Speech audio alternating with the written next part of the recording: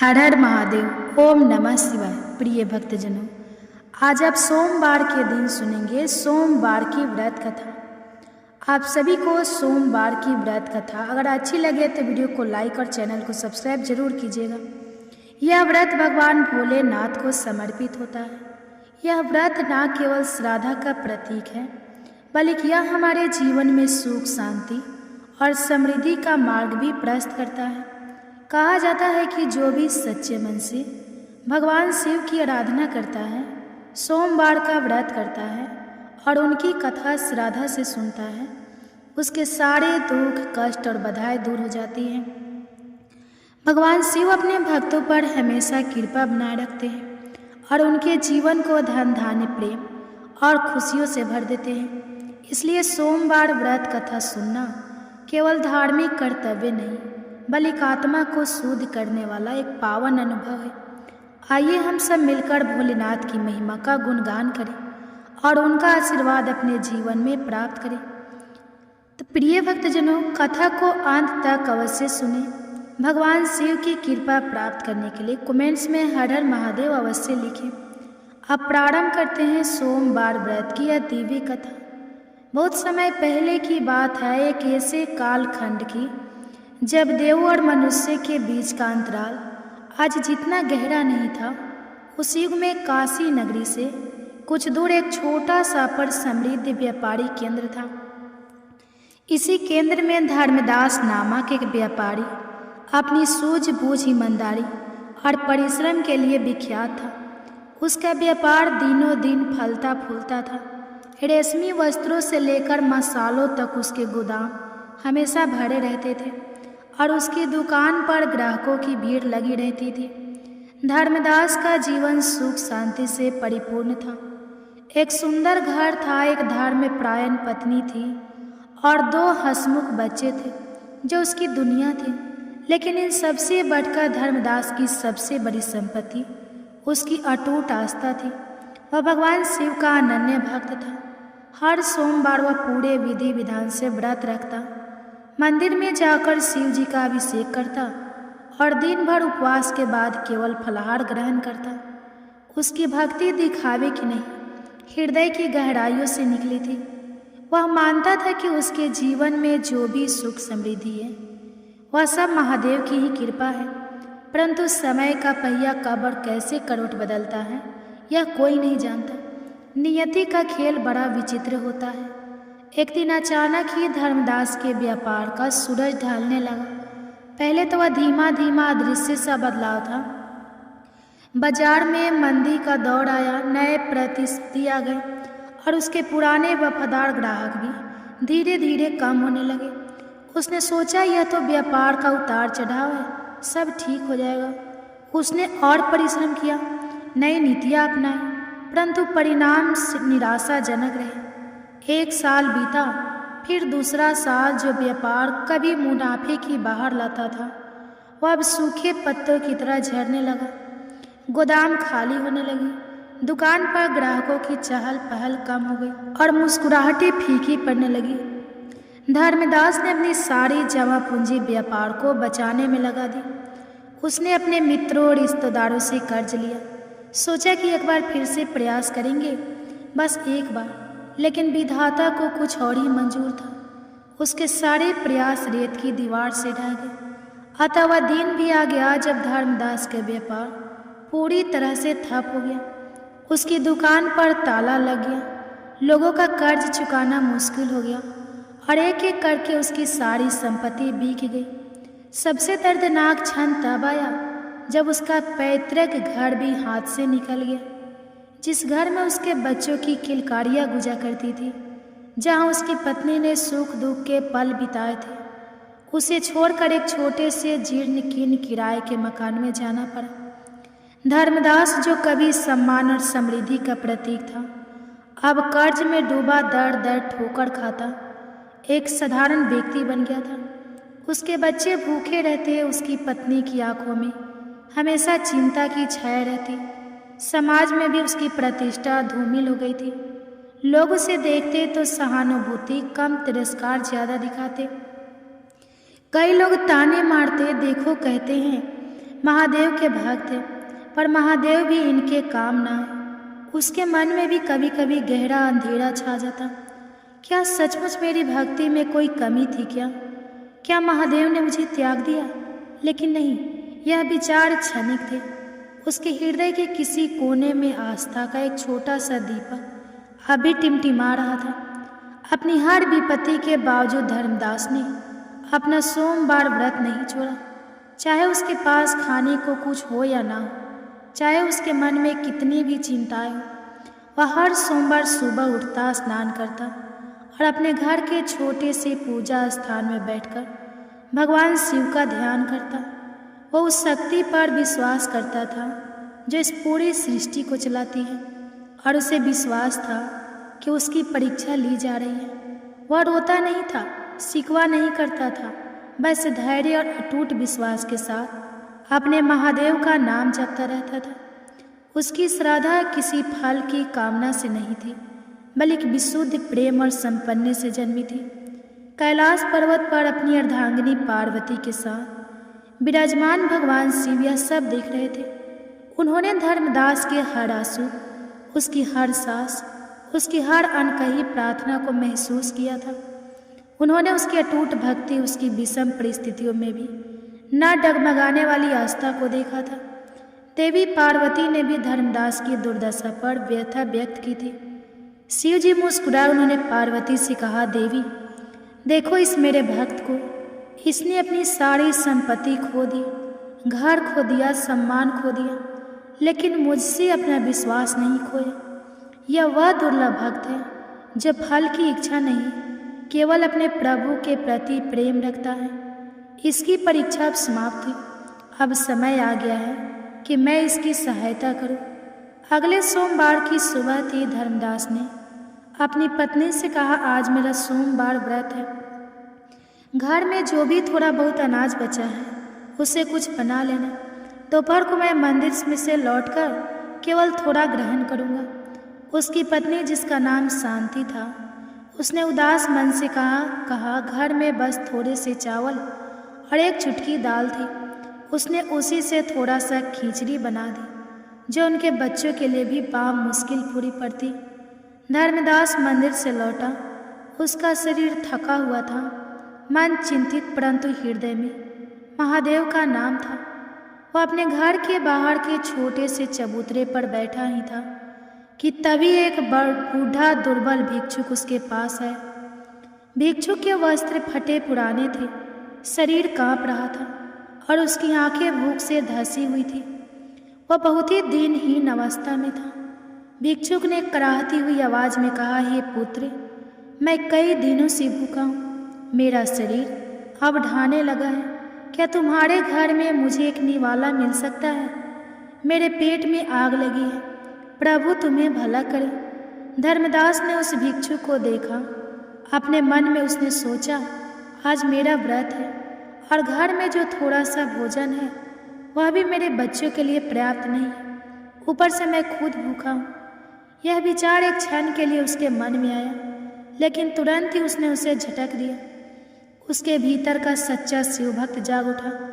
उसने सोचा, यह तो महादेव का ही रूप है जो मेरी परीक्षा लेने आया है। मैं कैसे एक भूखे को अपने द्वार से खाली हाथ लौटा सकता हूँ, खासकर जब मेरे प्रभु अतिथि देवो भव का संदेश देते हैं। उसने तुरंत अपनी पत्नी को आवाज़ दी, शांति देखो, एक भूखे अतिथि हमारे द्वार पर आए हैं, जो भी भोजन है सब ले आओ। शांति अंदर से आई। उसने भिक्षु को देखा और उसका हृदय भी द्रवित हो उठा।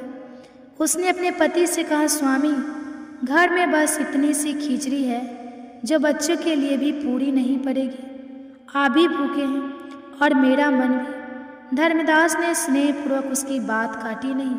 शांति, अतिथि देव का रूप होते हैं और यह तो आते दिनहीन दिख रहे हैं। इन्हें भोजन कराना हमारा परम कर्तव्य है। हमें चिंता नहीं करनी चाहिए, महादेव सब देखेंगे। उसने भिक्षु की ओर मुड़कर विनम्रता से कहा, बाबा आइए, भीतर आइए। मेरे पास जो कुछ भी है मैं आपको सहज अर्पित करता हूँ। भिक्षुक धीरे धीरे अंदर आया और चबूतरे पर बैठ गया। शांति ने अंदर से वह थोड़ी सी खिचड़ी एक पत्ते पर रख कर लाई। वह मुश्किल से एक व्यक्ति का पेट भर सकती थी, और वह भी किसी बच्चे का। भिक्षुक ने खिचड़ी को देखा। उसने धर्मदास से पूछा, पुत्र, क्या तुम सचमुच ये सारा भोजन मुझे दे दोगे? क्या तुम खुद नहीं खाओगे? और तुम्हारे बच्चे, मैंने सुना है कि तुम्हारा व्यापार भी ठप हो गया है और तुम खुद भी दिनों से भूखे हो। धर्मदास ने शांत भाव से उत्तर दिया, बाबा, आप सही कह रहे हो। मेरा जीवन अभी कठिनाइयों से भरा है। मेरा व्यापार खत्म हो चुका है, मेरा घर छीन लिया गया है, और आज मेरा सोमवार व्रत है। मेरे बच्चे भी भूखे हैं, परंतु मेरे धर्म ने मुझे सिखाया है कि एक भूखे को भोजन कराना सबसे बड़ा पुण्य है। अगर मैं इस थोड़े से भोजन को आपको नहीं दे पाता तो मेरे व्रत का क्या अर्थ, मेरी भक्ति का क्या मूल्य? महादेव से मैंने कभी कुछ मांगा नहीं, बस उन्हें प्रेम किया है। मुझे विश्वास है कि वह किसी को भूखा नहीं सोने देते। आप इसे ग्रहण करें। भिक्षुक ने फिर प्रश्न किया। उसकी आवाज़ में एक अजीब सी गहराई थी। पुत्र, क्या तुम्हें अपने भाग्य से कोई शिकायत नहीं? क्या तुम्हें महादेव पर क्रोध नहीं आता कि उन्होंने तुम्हें इस दशा में पहुंचा दिया? धर्मदास ने मुस्कुराते हुए कहा, शिकायत नहीं बाबा। कैसी शिकायत? यह सब मेरे कर्मों का फल होगा। यह शायद यह महादेव की ही परीक्षा होगी। मैं तो उनका दास हूँ। सुख दुख सब उनकी ही माया है। हाँ, मेरा मन कभी कभी दुखी होता है, पर मेरा विश्वास कभी नहीं डगमगाता। मुझे पता है वह जो करते हैं उन अच्छे के लिए ही करते हैं। भिक्षुक ने एक गहरी सांस ली और धीरे धीरे उस थोड़ी सी खिचड़ी को खाने लगा। धर्मदास और उसकी पत्नी शांति उसे देखते रहे। उनके मन में एक अजीब सी शांति थी, भले ही उनकी अपनी भूख जल रही थी। जब भिक्षुक ने खिचड़ी पूरी कर ली तो उसने अपनी आंखें उठाई। उसकी आंखों में अब भूख की पीड़ा नहीं, बल्कि एक दिव्य चमक थी। उसके दुर्बल शरीर से एक अद्भुत आभा निकलने लगी। फटे वस्त्रों के स्थान पर दिव्य वस्त्र प्रकट हुए। उसकी काया विशाल और तेजस्वी हो उठी। धर्मदास और शांति ने देखा और उनकी आंखें फटी की फटी रह गई। उनके सामने कोई साधारण भिक्षुक नहीं, बल्कि स्वयं त्रिलोकी नाथ भगवान शिव अपने भव्य और ज्योतिमय रूप में खड़े थे। उनके मस्तक पर चंद्रमा, गले में सर्प, हाथ में त्रिशूल और डमरू सुशोभित था। उनकी जटाओं से गंगा प्रभावित हो रही थी और उनका पूरा शरीर ब्रह्मांडीय ऊर्जा से दमक रहा था। धर्मदास और शांति भय और विस्मय से कांप उठे। वे तुरंत घुटनों के बल बैठ गए और हाथ जोड़कर सिर झुका लिया। उनकी आंखों से अश्रुधारा बह निकली। यह आनंद के आंसू थे, कृतज्ञता के आंसू थे और अपने प्रभु के दर्शन पाकर धन्य होने के आंसू थे। भगवान शिव ने अपनी गंभीर परंतु अत्यंत मधुर वाणी से कहा, उठो मेरे प्रिय भक्त धर्मदास, उठो। मेरी पुत्री शांति, मैंने तुम्हारी वर्षों की अटूट श्रद्धा और दानवीरता की परीक्षा ली। तुम इस परीक्षा में खड़े उतरे हो। तुमने अपनी हर कठिनाई में भी मुझ पर विश्वास नहीं खोया और अपने अंतिम निवाले को भी, एक भूखे को दान करने में संकोच नहीं किया। तुम्हारी यह निस्वार्थ भावना, तुम्हारी अटूट आस्था मेरे हृदय को छू गई है। शिव जी ने अपना आशीर्वाद भरा हाथ उठाया और बोले, हे धर्मदास, आज से तुम्हारे जीवन से सारे संकट दूर होते हैं। मैं तुम्हें वरदान देता हूँ कि तुम्हारा खोया हुआ व्यापार न केवल वापस आएगा, बल्कि पहले से 10 गुना अधिक फलेगा फूलेगा। तुम्हारे सभी कर्ज माफ हो जाएंगे और जो तुम्हें अपमानित करते थे वे तुमसे क्षमा मांगेंगे। तुम्हारा घर तुम्हें वापस मिलेगा और तुम एक बार फिर धन धान्य से परिपूर्ण होंगे। शिव जी ने आगे कहा, तुम्हारे बच्चे हमेशा सुखी रहेंगे और तुम्हारी पत्नी को कभी किसी चीज़ की कमी नहीं होगी। यह केवल भौतिक सुख समृद्धि का आशीर्वाद नहीं है, अपितु मैं तुम्हें मानसिक शांति, आध्यात्मिक उन्नति और संतोष का भी वरदान देता हूँ। तुम्हारा नाम ईगो ईगो तक एक सच्चे भक्त और उदार हृदय वाले व्यक्ति के रूप में स्मरण किया जाएगा। तुम्हारी भक्ति ने तुम्हें वह सब कुछ दिला दिया है जो दुनिया में सबसे अनमोल है, मेरा प्रेम और मेरा आशीर्वाद। इतना कहकर भगवान शिव अदृश्य हो गए। परंतु उनकी दिव्य आभा और उनके आशीर्वाद के शब्द धर्मदास और शांति के हृदय में गूंजते रहे। वे दोनों वहीं खड़े रहे, सतवत आनंदित और कृतज्ञता से भरे हुए। उनकी आंखों में अब भी अश्रुधारा बह रही थी, पर वे पीड़ा के नहीं, अपार हर्ष के आंसू थे। अगले ही दिन से धर्मदास के जीवन में अद्भुत परिवर्तन आना शुरू हो गए। सुबह हुई तो एक धनी सेठ उसके घर पहुंचा। वह सेठ धर्मदास का पुराना ग्राहक था, जिसे धर्मदास ने कभी मुसीबत में मदद की थी। सेठ ने कहा, धर्मदास भैया, मैंने सुना कि आपका व्यापार ठप हो गया है। मैं आपकी ईमानदारी और मेहनत से बहुत प्रभावित था। मैं चाहता हूं कि आप मेरे साथ जुड़कर व्यापार करें। मैं आपको सारी पूंजी दूंगी और जो कुछ भी आपका कर्ज है वह भी चुका दूंगा। बस आप अपनी ईमानदारी और सूझबूझ से काम करते रहें। धर्मदास ने विनम्रता से सेठ के सामने अपनी सारी दशा बताई। सेठ ने मुस्कुराकर कहा, मुझे कोई फर्क नहीं पड़ता, मुझे आप पर पूरा विश्वास है। यह सुनकर धर्मदास की आंखों में विश्वास के आंसू आ गए। कुछ ही दिनों में सेठ की मदद से धर्मदास ने फिर से अपना व्यापार शुरू किया। इस पर महादेव के आशीर्वाद से उसका व्यापार इतनी तेजी से बढ़ा कि उसने पिछले सारे नुकसानों की भरपाई कर दी। उसके नए उत्पाद, उसकी पुरानी सांख और उसकी नई ऊर्जा सब मिलकर एक ऐसी सफलता की कथा लिखने लगे जिसकी किसी ने कल्पना भी नहीं की थी। उसके गोदाम फिर से भरे रहने लगे। उसकी दुकानें ग्राहकों से खचाखच भरी रहती। जो लोग उसे देखकर रास्ता बदल लेते थे, वे अब उससे सलाह लेने आते थे। एक एक करके उसके सारे कर्ज चुक गए। उसका पुराना भव्य घर भी उसे वापस मिल गया। धर्मदास ने अपनी संपत्ति का सदुपयोग किया। उसने गरीबों की मदद की, मंदिरों का जीर्णोद्धार कराया और कई अनाथालय और विद्यालय को दान दिया। वह जानता था कि यह सब महादेव की कृपा है और इसका उपयोग दूसरों की भलाई के लिए होना चाहिए। धर्मदास ने कभी अपने सोमवार व्रत को नहीं छोड़ा। अब उसकी भक्ति में एक नया आयाम जुड़ गया था, कृतज्ञता का। वह हर सोमवार मंदिर जाकर महादेव का हृदय से धन्यवाद करता। उसकी पत्नी शांति भी उसके साथ हर सुख दुख में खड़ी रहती और उसने अपने पति की भक्ति और धैर्य पर गर्व महसूस किया। उनके बच्चे भी बड़े होकर धर्मपरायण और विनम्र बने।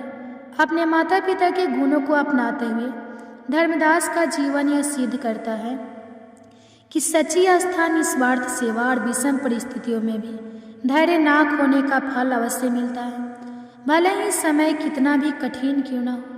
यदि हम धर्म के मार्ग पर चलते हैं, ईश्वर पर अटूट विश्वास रखते हैं और अपने कर्तव्य का पालन करते हैं, तो अतः दया कृपा अवश्य प्राप्त होती है। महादेव अपने सच्चे भक्तों को कभी अकेला नहीं छोड़ते। उनकी परीक्षा कठिन हो सकती है, पर उनका आशीर्वाद उससे भी भरा और असीमित होता है। धर्मदास की कथा आज भी हमें प्रेरणा देती है कि जीवन की हर कसौटी पर हमें अपना विश्वास दृढ़ रखना चाहिए, क्योंकि अंत में जीत सत्य और श्रद्धा की होती है। दोस्तों, इस वीडियो में सोमवार व्रत की पावन कथा यहीं पर समाप्त होती है। अब कामना करते हैं कि भगवान शिव की कृपा बनी रहे, आपके जीवन में सदैव सुख, शांति, समृद्धि हो और सकारात्मक ऊर्जा का संचार होता रहे। यह विशेष दिन न केवल भक्ति भाव से भर देता है, बल्कि हमारे जीवन में एकता, प्रेम और आस्था का संदेश भी लेकर आता है। सोमवार व्रत की कथा को सुनने के लिए हृदय से धन्यवाद। अब आप सुनेंगे भगवान शिव और माता पार्वती और उनके अनन्य भक्त की एक बहुत ही सुंदर कथा। एक बार भगवान शिव ने अपनी दिव्य शक्ति से एक बड़े कढ़ाई को प्रकट की।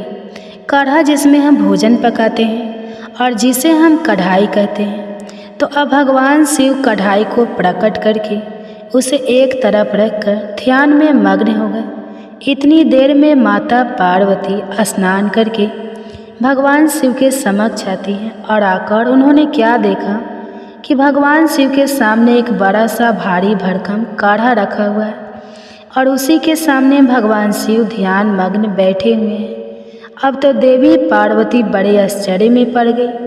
अब वे महादेव के ध्यान से बाहर निकलने की प्रतीक्षा करने लगी। जब महादेव का ध्यान समाप्त हुआ तब देवी पार्वती ने पूछा, हे देव, हे त्रिलोकीनाथ, हे मेरे प्रभु, बड़ा ही आश्चर्य है। प्रभु, यह भारी भरकम बड़ा सा कड़ा यह किस लिए लाया गया है?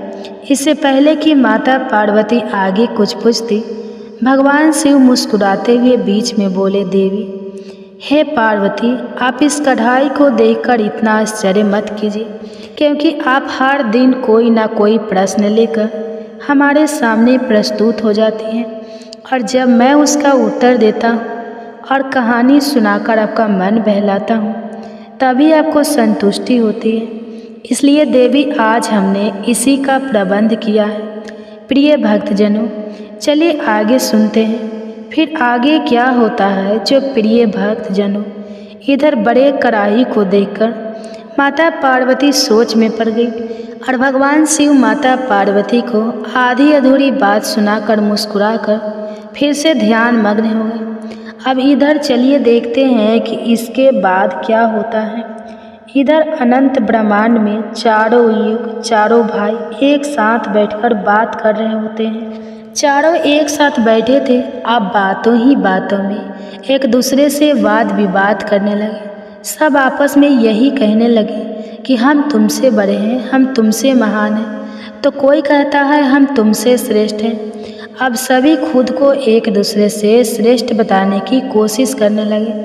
तब सबसे पहले सतजु कहने लगा कि अरे मूर्खों, तुम सब मुझसे छोटे हो, भला तुम मेरी बराबरी कैसे करने लगे?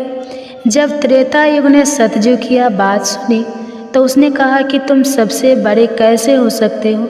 अरे तुम सब में से बड़ा तो मैं हूँ, मैं ही सर्वश्रेष्ठ हूँ। तुम सब मुझसे भला श्रेष्ठ कैसे हो सकते हो? इतने में ही द्वापर युग भी बोल उठा कि तुम मुझसे श्रेष्ठ कैसे हो सकते हो?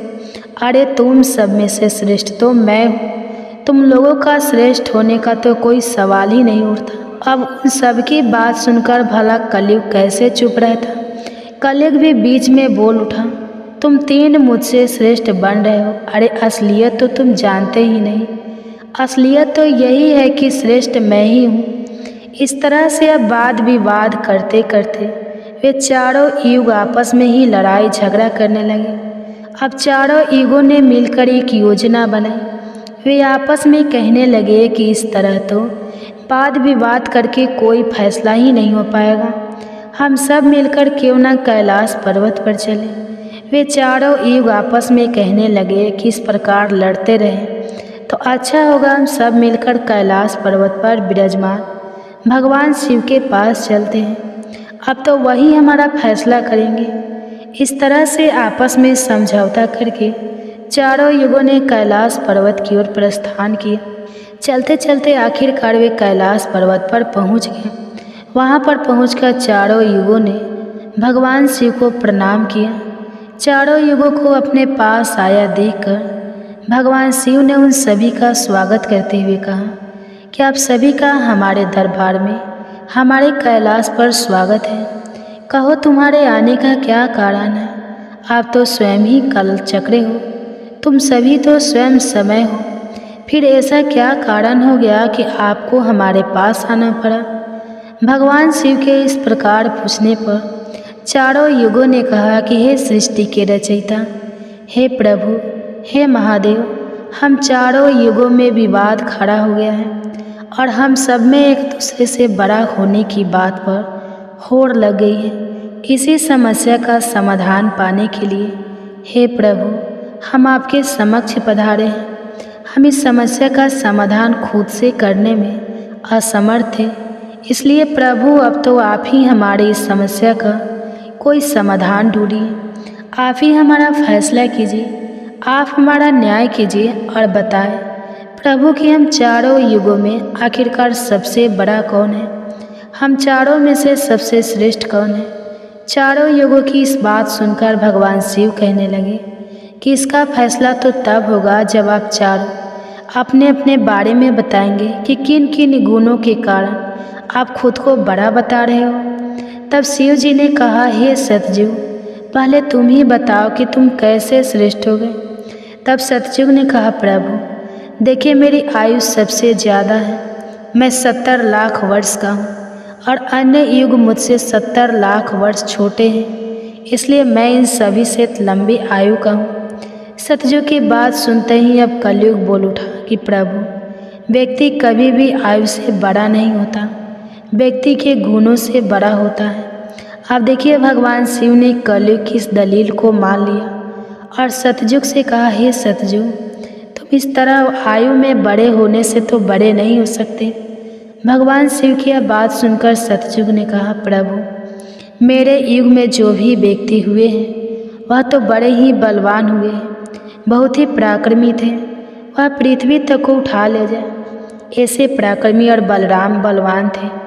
और जब मेरा राज्य था तब उसमें भगवान श्री हरि विष्णु ने भी कई अवतार धारण किए थे। वराह अवतार भी मेरे ही काल में हुआ था, नरसिंह अवतार भी मेरे ही युग में हुआ था, यहाँ तक कि प्रभु मत्स्य अवतार भी तो मेरे ही युग में हुआ था।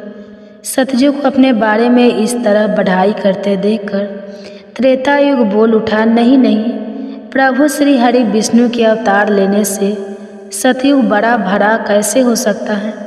प्रभु मर्यादा पुरुषोत्तम भगवान श्री रामचंद्र जी का अवतार तो मेरे ही युग में हुआ था।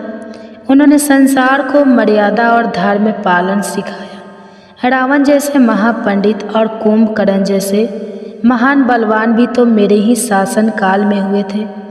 प्रभु, इस तरह सतयुग मुझसे बड़ा नहीं हो सकता, फिर इन सब में से तो बड़ा मैं ही हुआ।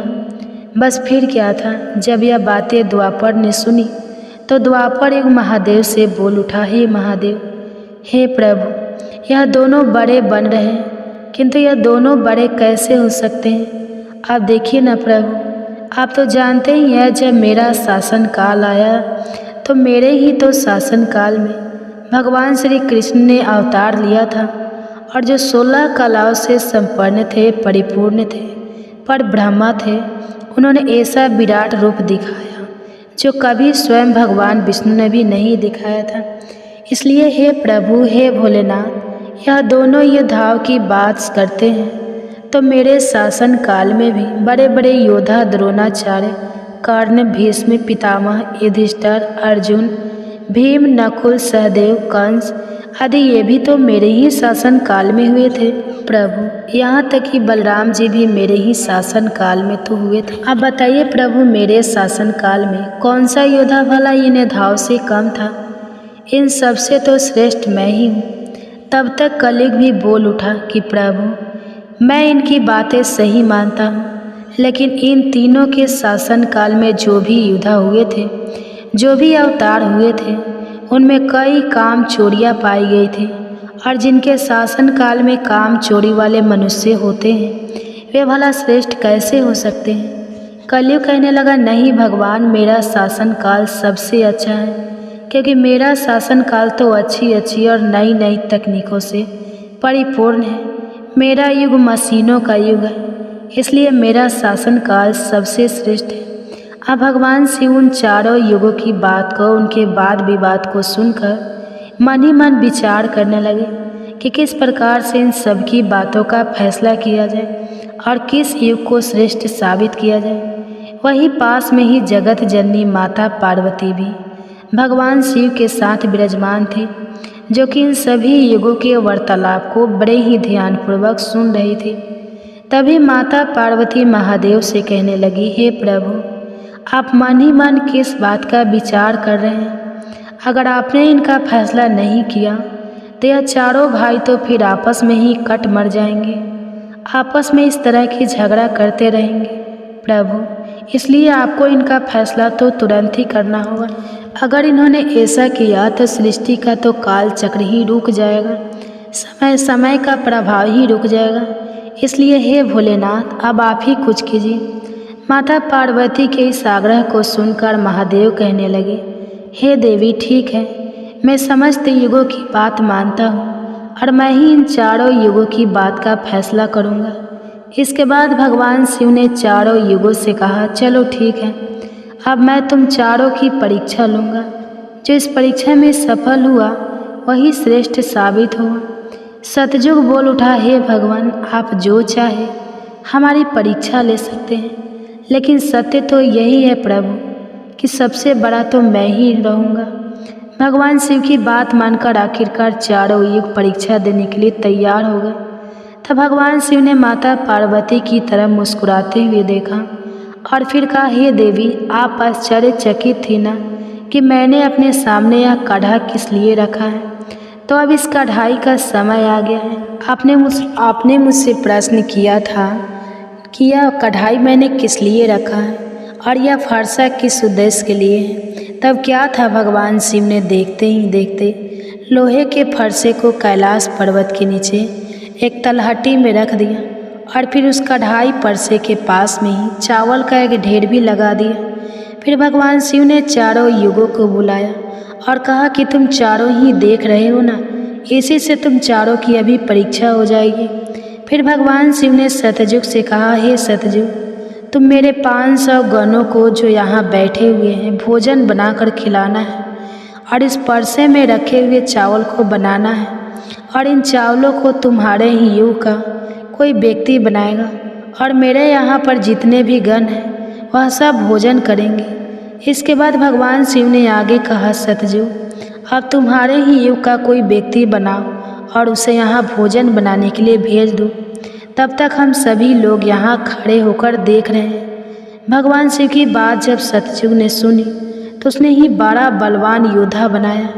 फिर सतयुग ने उस योद्धा से कहा कि जाओ बेटा, इस कढ़ाई में चावल बनाओ और बनाकर भगवान शिव के इन सभी 500 गणों को भोजन कराओ।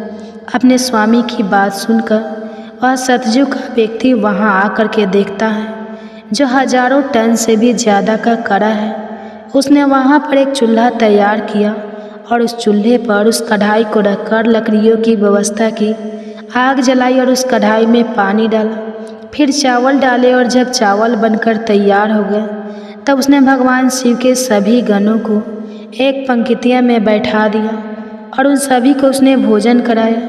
सभी गुणों को भोजन कराने के बाद वह बलवान योद्धा अपने स्वामी सतयुग के पास वापस आया और उसे प्रणाम किया। तो सतयुग ने शाबाशी से उसकी पीठ थपथपाई और कहा कि आज तुमने मेरी लाज रख ली, अब तुम यहाँ से जा सकते हो। इसके बाद भगवान शिव ने त्रेता युग से कहा कि त्रेता, अब तुम अपने युग के कोई व्यक्ति को भेजो और यह जो कढ़ा रखा हुआ है इनमें चावल बनाकर मेरे सभी गणों को खिलाओ। त्रेता ने सुना तो कहने लगा कि ठीक है प्रभु, जैसी आपकी आज्ञा। अब त्रेता युग ने भी अपने समय के समान महान बलशाली कुंभकर्ण जैसे बलवान व्यक्ति को उत्पन्न किया और उससे कहा कि हे पुत्र, यह मेरे परीक्षा की घड़ी है। तुम्हें भगवान शिव के समस्त सभी समक्ष गणों को भोजन बनाकर खिलाना है। त्रेता युग के व्यक्ति ने उसे प्रणाम किया और उसके बाद वह वहाँ से तलहटी में चला गया। तलहटी में आकर उसने चूल्हा बनाया, लकड़ियों की व्यवस्था की, आग जलाई और एक हाथ से ही उस भारी भरकम कढ़ाई को उठाकर देखते ही देखते चूल्हे पर रख दिया। फिर उसमें पानी डालकर चावल डाले और जब चावल पक गए तब सभी गणों को बुलाकर उन्हें खाने के बाद भोजन कराया। इसके बाद वह वहाँ से तुरंत कैलाश पर्वत पर पहुँच गया जहाँ पर चारों युग विराजमान थे। इस प्रकार से त्रेता युग ने भी अपना कार्य पूर्ण किया। अब बारी आई द्वापर युग की। भगवान शिव ने द्वापर युग से कहा, हे द्वापर, अब मैं तुम्हारी परीक्षा लूँगा। जिस प्रकार से सतयुग और त्रेता युग ने परीक्षा दी है, ठीक इसी प्रकार से तुम्हें भी यह परीक्षा देनी होगी। यह सुनकर द्वापर युग ने बलशाली भीम के समान एक व्यक्ति को उत्पन्न किया और उसे आदेश दिया कि हे पुत्र, यह मेरे परीक्षा की घड़ी है, तुम्हें मेरी लाज रखनी है। अब तुम जाओ और बड़े से कढ़ाई में चावल बनाकर भगवान शिव के सभी गणों को भोजन कराओ और मेरी लाज बचाओ। यह सुनकर द्वापर युग के व्यक्ति ने अपने स्वामी को प्रणाम किया और वहाँ से तलहटी में चल पड़ा। तलहटी में जाकर उसने सबसे पहले चूल्हा बनाया, फिर आग जलाने के लिए लकड़ियाँ ढूंढी, लकड़ियों को चूल्हे में डालकर जलाया और पूरी ताकत लगाकर उसने उस बड़े से कढ़ाई को उठाकर जैसे तैसे खींचकर उसे चूल्हे पर रख दिया। वह तो द्वापर युग का व्यक्ति था तो उसे थोड़ा ज़्यादा जोर लगाना पड़ा और बड़ी मुश्किल से वह कढ़ाई को उठा पाया। इस प्रकार से द्वापर युग के व्यक्ति ने भी चावल तैयार किए और भगवान के सभी गणों को भोजन कराकर वह फिर अपने स्वामी के पास वापस आया। उसके स्वामी द्वापर युग ने उसकी पीठ थपथपाई और उसे वहाँ से विदा किया। अब बारी आती है कलयुग की। तब भगवान शिव कहते हैं, हे कलयुग, अब तुम्हारी बारी है। तुम उस कढ़ाई का वजन देख रहे हो ना, उसका वजन कम नहीं होगा, उसका वजन उतना ही रहेगा, हजारों टन का। लेकिन अब तुम्हें परीक्षा देनी है। तुम तो मानने को तैयार ही नहीं थे कि तुम सबसे छोटे हो, लेकिन तुमने माना ही नहीं। तुम्हारे युग के आदमी की आयु भी मात्र 100 वर्ष की है। सतयुग की आयु 1,00,000 वर्ष होती है, त्रेता युग में 10,000 होती है और द्वापर में 1,000 होती है। और हे कलयुग, तुम्हारे शासन में तो मात्र 100 वर्ष की आयु है। तुम्हारा आदमी भी छोटा होता है। जब भगवान शिव की बातें कलयुग ने सुनी तो कलयुग कहने लगा कि ठीक है प्रभु, मैं आपकी बात मानता हूँ, लेकिन आप मुझे पहले ही इस तरह से कहकर हताश मत कीजिए। प्रभु, आप तो एक न्यायकर्ता हैं, आपको सभी को बराबर मौका देना चाहिए। भगवान शिव कहने लगे, हे कलयुग, यह कढ़ाई देख रहे हो, हजारों टन का है। वहाँ चावल रखा है, हजारों किलो टन के हैं। और हे कलयुग, तुम्हारा व्यक्ति क्या यह काम कर पाएगा? कलयुग ने कहा, ठीक है प्रभु, अब आप मेरी करनी भी देखिए। कलयुग की बातें सुनकर तीनों युग उस पर हंसने लगे। भगवान शिव भी कलयुग की बातें सुनकर बड़े ही आश्चर्यचकित थे। अब कलयुग ने भगवान शिव से आज्ञा लेकर बड़े ही बुद्धिमान व्यक्ति को पैदा किया, जो बड़ा ही दिव्य व्यक्ति था। वह बहुत ही बुद्धिमान और सर्वगुण संपन्न था। इस तरह के गुणवान व्यक्ति को कलयुग ने पैदा किया और पैदा करने के बाद वो उस व्यक्ति से कहने लगा कि मेरे बेटे, अब तुम ही अपनी शक्ति दिखानी है। कठिन परीक्षा का समय है। यदि तुम इसमें सफल हो गए तो मैं चारों युगों में सबसे छोटा हो जाऊंगा। कलयुग की बात सुनकर वह व्यक्ति अपने महाराज से कहने लगा, हे महाराज, इस एक कढ़ाई की बात करते हैं, आप इसे हजारों कढ़ाई भी अगर मेरे सामने आ जाए तो वह भी मेरे सामने कुछ नहीं है। जब उस कलयुग के व्यक्ति की यह बातें तीनों युगों ने सुनी तो वे उस पर हंसने लगे। अब वे हंस हंस कर आपस में कहने लगे कि आज एक छोटा सा आदमी जिसकी लंबाई मात्र 3 हाथ है, यह भला क्या कर लेगा, जबकि हम युगों की लंबाई तो बहुत अधिक है। प्रिय भक्तजनों, यह बात तो बिल्कुल सत्य है कि सतयुग के लोगों की लंबाई 21 हाथ और त्रेता युग के व्यक्ति की लंबाई 14 हाथ थी और द्वापर युग के व्यक्ति की लंबाई 7 हाथ थी। और अब कलयुग के व्यक्ति की लंबाई तो मात्र 3 हाथ ही होती है। तीनों युग अब बड़ी जोर जोर से कलयुग पर हंस रहे थे। इधर कलयुग का आदेश पाकर वह कलयुगी व्यक्ति उस तलहटी में गया। तलहटी में आकर उसने देखा कि कढ़ाई का वजन तो सचमुच बहुत ही ज़्यादा है, इसे मैं आसानी से उठा नहीं पाऊंगी। तो उस व्यक्ति ने दिमाग लगाया और उस कढ़ाई के नीचे मिट्टी खोदना शुरू कर दिया। कढ़ाई तो उसने हिलाया तक नहीं, बल्कि उस कढ़ाई को बिना हिलाए डुलाए उसके नीचे एक भट्ठी तैयार कर दी। अब उसे लकड़ियाँ ढूंढने में भी ज़्यादा समय नहीं लगाना पड़ा, क्योंकि वहीं पर कुछ अधली लड़कियाँ पड़ी हुई थी। वह कलयुग का व्यक्ति कितना दिमाग वाला था, उसने कुछ भी नहीं किया, कढ़ाई के नीचे भट्ठी खोद दी और उसी में आग जला दी। चावल को कढ़ाई में डाल दिया और चावल में पानी डाल दिया। चावल इस प्रकार पककर तैयार हो गया। तब उसने भगवान शिव के 4 गणों को बुलाया और उन गणों से कहा कि आप मेरा साथ दीजिए और इन चावलों को आपस में परोस लीजिए। यह बात सुनते ही भगवान शिव के 4 हष्टपुष्ट गण चल देते हैं और देखते ही देखते कतार में बैठे सभी शिवगणों को उन 4 विशाल गणों ने चावल परोस दिए। इस प्रकार सभी गणों ने भोजन कर लिया। तब कलयुग के व्यक्ति ने उन 4 गणों से कहा कि अब आप सभी भोजन कर सकते हैं। तब कलयुग के उस व्यक्ति ने उन 4 गणों को भी भोजन कराया, फिर उस कढ़ाई को साफ किया और कढ़ाई को वहीं छोड़ दिया। इस तरह उसका काम भी पूरा हो गया। अब कलयुग का वह व्यक्ति भी अपने स्वामी के पास कैलाश पर्वत पर आ गया और कहने लगा कि हे प्रभु, मैंने आपका काम कर दिया है। कलयुग ने यह सुना तो बहुत खुश हुआ। तब उसने उस कलयुगी व्यक्ति की पीठ थपथपाई, फिर कहा कि हे पुत्र, तुमने बहुत अच्छा काम किया और इस परीक्षा की घड़ी में मेरा साथ दिया। ऐसा कहकर कलयुग ने उस व्यक्ति को वहाँ से विदा कर दिया। इसके बाद कलयुग ने हाथ जोड़कर भगवान शिव से कहा, हे भगवान, अब आप ही निर्णय कीजिए कि हम सब में से बड़ा कौन है। भगवान शिव कहने लगे कि मैंने तुम चारों युगों की बहुत अच्छे से परीक्षा ली। जब सतयुग की बारी आई तो उसने चूल्हा बनाया, उस पर कढ़ाई रखा, आग जलाई, चावल डाला, पानी डाला। फिर चावल पक गए तो उसने मेरे गनों को बिठाकर उसने स्वयं उन्हें भोजन परोसा, उन्हें खिलाया और अपना कार्य पूरा किया। जब त्रेता और द्वापर की बारी आई तो उन्होंने भी बिल्कुल ऐसा ही किया। अब बारी थी कलयुग की। शायद तुमने देखा नहीं कि मात्र 3 हाथ का व्यक्ति, जिसकी बुद्धि देख लीजिए, ये कढ़ाई कितनी भारी भरकम और बड़ी थी। उसकी बुद्धि देखो, उसने उस कढ़ाई में चावल बना दिए जिस कढ़ाई को वह हिला तक नहीं सकता था। और मेरे इतने गन थे, अगर वह व्यक्ति बाल्टियों से चावल परोसता तो शायद वो परेशान हो जाता।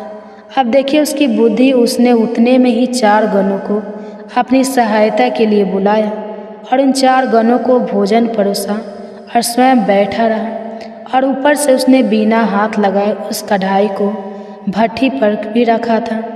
यह कितना बुद्धिमान व्यक्ति था और इसलिए यह युग भी बहुत बुद्धिमान हुआ। तब भगवान शिव ने उन चारों युगों से कहा कि कलयुग बुद्धिमान व्यक्ति का युग होगा। तुम सब जैसा शासन करते आए हो, चलो ठीक है, तुम सब की धर्म और निष्ठा भी रही है, सभी ने धर्म का अच्छे से पालन भी किया है, चलो ठीक है। लेकिन तुम्हारे युग के व्यक्तियों में बुद्धि का अभाव था, जिन्होंने कभी अपनी बुद्धि का उपयोग नहीं किया। अब देख लो, रावण और कुंभकर्ण जैसे असुर ने भगवान विष्णु के अवतार को ही नहीं पहचाना और अज्ञानता व शून्य से ही युद्ध कर बैठे। और कारण यह हुआ कि वे युद्ध में मारे गए। अगर उन्हें बिल्कुल भी अपनी बुद्धि का प्रयोग किया होता तो उनका इस प्रकार सर्वनाश नहीं होता। इसलिए हे चारों युगों, आने वाले कलयुग के राज्य में ऐसे ही बुद्धिमान व्यक्ति देखने को मिलेंगे। ऐसी ही तकनीक, ऐसी ही मशीनें बनाएंगे जिससे वे बैठे बैठे ही सारा काम कर सकते हैं, बैठे बैठे ही कोई भी काम कर सकते हैं। कलयुग में व्यक्ति एक ही दिन में भगवान को प्राप्त कर लेगा। इस प्रकार से भगवान शिव ने चारों युगों की समस्याओं का समाधान किया और कहा कि कलयुग की सबसे श्रेष्ठ युग है। यह सुनकर चारों युग अपने अपने धाम को संतुष्ट होकर लौट गए। माता पार्वती भी यह सब कुछ देख और सुनकर बड़ी प्रसन्न हुई। उनके मन में उठी जिज्ञासा भी शांत हो चुकी थी और उनका मन भी बहल चुका था। तो प्रिय भक्तजनों, आज की कथा अगर पसंद आई हो तो वीडियो को लाइक कीजिएगा, शेयर कीजिएगा, चैनल को सब्सक्राइब कीजिएगा और कमेंट्स में हर हर महादेव जरूर लिखिएगा। इसी के साथ आज आप हमारे चैनल पर शिव महापुराण की कथा भी जरूर सुनिएगा। तो प्रेम से बोलिए ओम नमः शिवाय।